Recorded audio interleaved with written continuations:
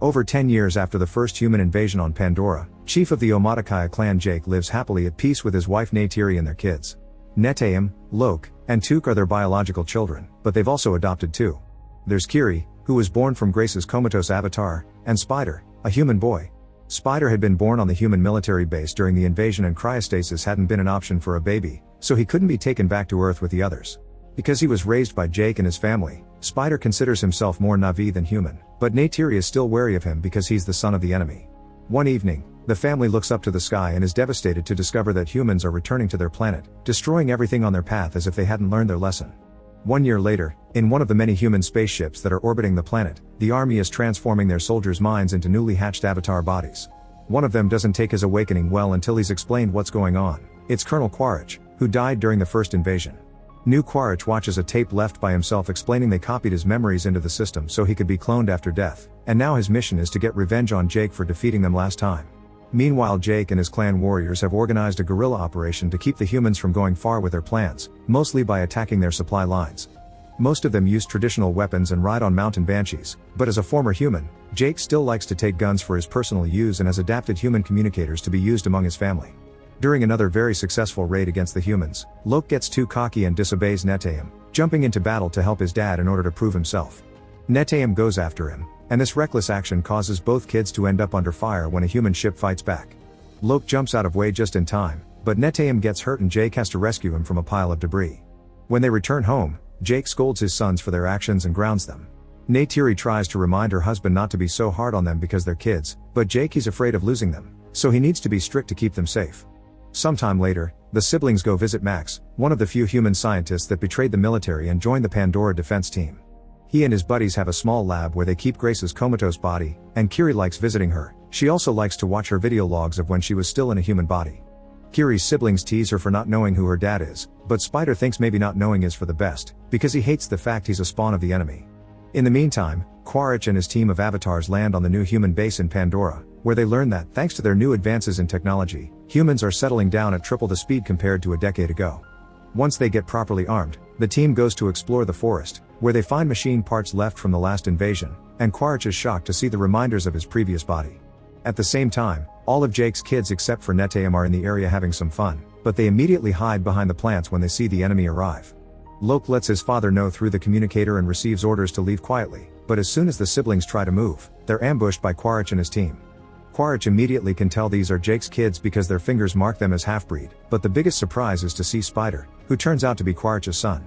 Since Quaritch and his team now have to wait to be picked up, this gives Jake and Neytiri the chance to approach them in the darkness after telling Neteyam not to interfere. Neytiri makes an animal-like sound to alert the children of her presence before she and Jake begin killing soldiers from the shadows, and the kids know to immediately bite their captors and run away.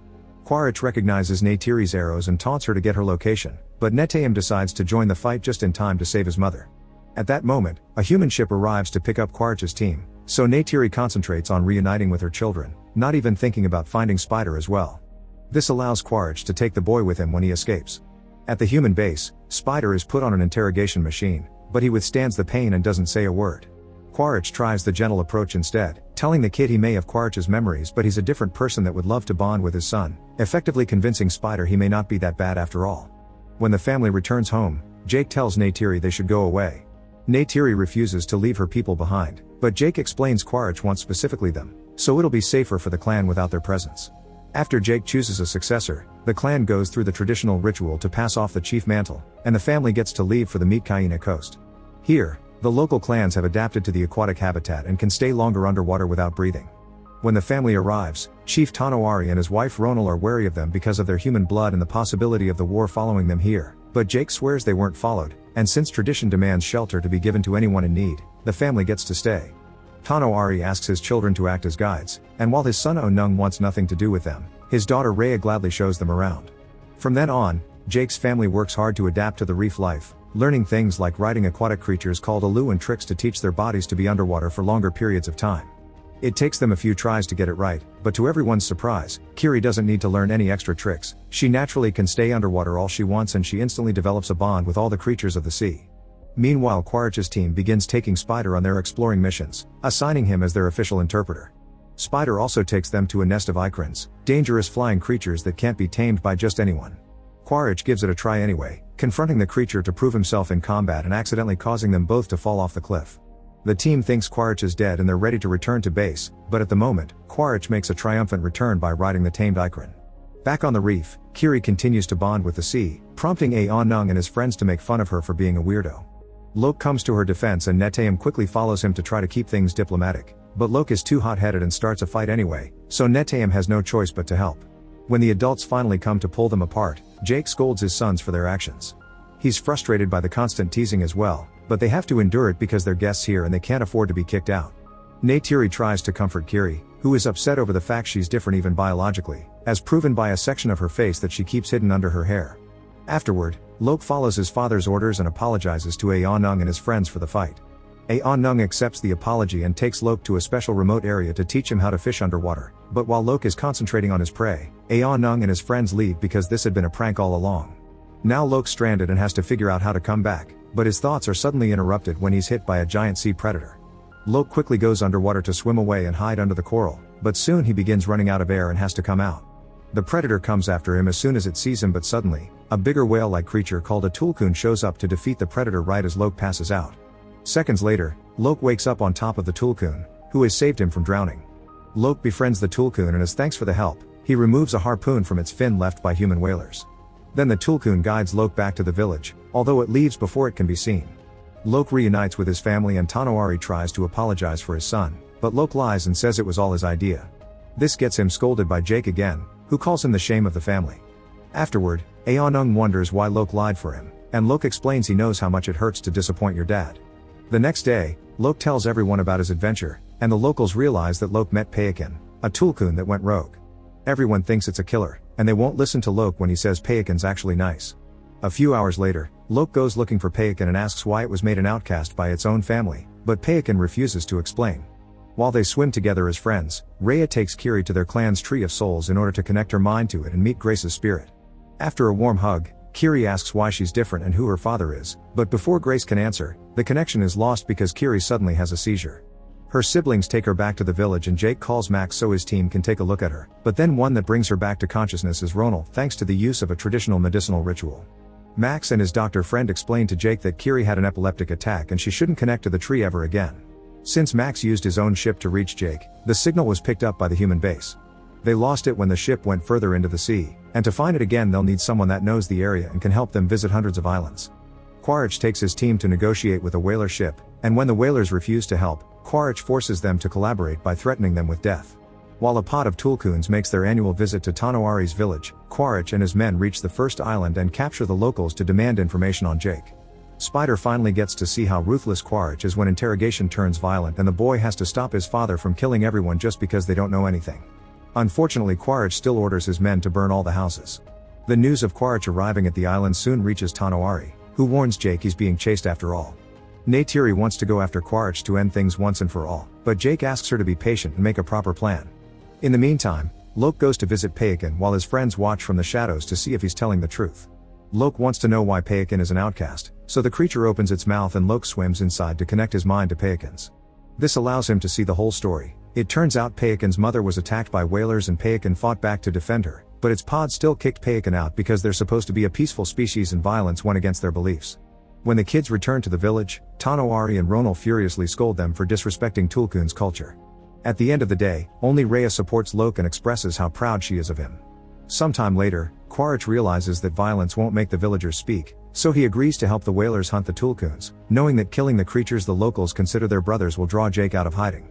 Now Spider has to watch and discuss how the whalers send up ships to kill the Tulkuns with specialized weapons that can track the creatures' noises. To make matters worse, the only reason they hunt Tulkuns is to extract their brain enzymes in order to use them in anti-aging remedies, and the rest of the creature is wasted. The whalers throw the bodies back into the ocean and when the villagers find them, they immediately blame Jake and his family for it. They want to go out and fight back, but Jake presents them the tracker he found on a Tulkun fin and explains as a trap, so for now, they need to stay put and simply tell the Tulkun to swim away for safety. Lok realizes that nobody will warn Payakan because it's an outcast and he goes to do it himself, ignoring the warnings from his brother. Neteyam takes his sisters, Aonung, and Rhea with him to follow Lok, and they find him trying to remove a tracker from Payakan's fin. The group jumps in to help, but it's too late, the tracker has already sent their location to the whaler ship and it's coming for them. The siblings use their communicators to tell Jake of the incoming danger, and Jake alerts the whole village, who immediately grabs their weapons and jumps on their Illus to join the fight. The kids manage to remove the tracker and swim away with it to get the attention off Payakan, but this is exactly what Quaritch wanted and he sends his men after them. A rather long chase begins underwater, and since the kids need to stop to breathe, it gives time for the humans to catch up to Lok, Took, and Rhea, and they capture them with a net. As soon as Spider sees his siblings being brought abroad, he tries to fight to rescue them, but he's quickly overpowered by the humans and sent back inside while the kids are to tie the railing. At that moment, Jake and the rest of the villagers show up, but they quickly stop themselves from attacking when they realize their kids are hostages. Quaritch takes Lok's communicator and asks Jake to come alone if he doesn't want to lose his kids, but as Jake begins to come closer, suddenly Payakan shows up and jumps over the ship to land on top of it, destroying it with its fins and tail. It also keeps pushing away the soldiers because the bullets do nothing to it. Now the humans are distracted away from the kids, Jake calls the others to attack the ship, and the whalers turn around their boats to attack Payakan with harpoons, causing it to return to the water. A fierce battle begins between Na'vi and humans, and the Na'vi quickly gain an advantage thanks to their creatures being able to move faster in the sky and hide underwater. Kiri uses her bond with the sea life to send the plants after the submarines, and when the main ship begins catching fire after a boat crashes against it, Spider takes advantage of his position inside to activate the fans and spread the fire all over the vessel. He also begins to destroy the control panel. The ship eventually comes to a stop and begins filling with water. Meanwhile, Jake is going one-on-one against Quaritch.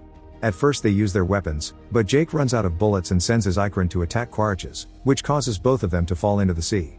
The whalers go after Payakan, shooting a harpoon with a steel rope at its end, but Payakan does another jump and uses that same rope to destroy the boat. At the main ship, Neteyam finally manages to come aboard and free his people. The girls jump into the water but Lok wants to rescue Spider, so Neteyam has to stay to help his brother. At that moment, one of the soldiers captures Kiri and brings her to the ship to tie her up as well, thus Took convinces Rhea to return to rescue her. As soon as they reach the ship though, Quaritch shows up, pushes Rhea back into the water, and captures Took as well. The humans are already leaving the sinking ship, meaning it's easy for Lok and Neteyam to sneak around and attack them by surprise. As soon as Spider sees them he joins the fight and reunites with his brothers, but soon they have to run because more soldiers show up, opening fire on them. Neteyam makes his brothers jump into the water while he holds the soldiers back with his own weapon. This allows for Rhea to show up in her Alu and offer a ride. They wait for Neteyam to join them, but when their brother finally jumps into the water too, it's revealed that he got wounded by a bullet. The group immediately takes him to a small island so Jake and Neytiri can look at him, but unfortunately, Neteyam dies in their arms. At that moment, Quaritch contacts Jake to tell him he has his daughters and once again asks him to come alone. Jake sends Neytiri away on her Banshee as backup, then returns to the ship with Spider as his guide. Lok is supposed to stay behind, but once again he disobeys orders and goes back to the ship too. The soldiers are in position waiting for Jake at the front, but Spider shows Jake how to sneak inside unseen, giving him the chance to throw a grenade and start a fire.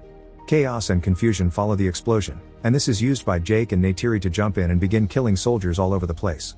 Neytiri is in berserker mode because of her grief, and it makes Spider too scared to approach her since he looks like the enemy. Jake manages to reach Took and free her, but Kiri is missing. It turns out Quaritch saw him coming and grabbed Kiri to use as a hostage. This makes Jake drop his weapons and Spider come out of hiding to beg for Kiri's life, prompting Neytiri to jump in as well to grab Spider as her own hostage. She wants to trade a child for a child, and when Quaritch at first says he doesn't care, Neytiri hurts Spider to prove she means it, causing Quaritch to release Kiri to save his son. Neytiri immediately takes all her children to the water to escape, but Jake decides to stay behind to fight Quaritch, otherwise he will return with backup. While the men get into a fierce hand-to-hand battle, the sinking ship goes so deep that it begins turning around and traps Jake, Quaritch, Neytiri, and Took inside. Kiri and Spider manage to stay out, and when Lok shows up looking for his family, the three of them split to cover more ground. Kiri uses her bond with the sea creatures to use as guides to find Neytiri and Took, and these very same creatures are the ones to escort them out of the ship. Meanwhile, Jake finally puts Quaritch in a dangerous hold and finishes him, leaving the body to sink into the sea. After fighting so long underwater he's out of air, but Lok finds him and guides him to a room with some sass to breathe as he reminds him of Rhea's breathing exercises. Spider is also searching and comes across Quaritch, who isn't dead, just unconscious. After lots of internal struggling, Spider decides he can't leave him there and drags his father back to the surface. Payakan also makes a return to rescue Lok and Jake. This act of heroism finally makes Jake tell Lok he's proud of him. While the two of them reunite with Neytiri and the girls, Spider leaves Quaritch on an island and watches his Ikran come to the rescue. When Quaritch wakes up, he tries to make Spider escape with him, but Spider ignores him and jumps back into the water to reunite his family. Sometime later, the family gives Neteyam a burial following the traditions of Tanoari's clan. Once the ritual has been properly finished and Neteyam is one with nature, Jake and Neytiri connect their minds to the Tree of Souls. This way they get to visit Neteyam's soul one last time. Make sure to subscribe and turn on notifications so you can watch more videos like this. Thanks for watching.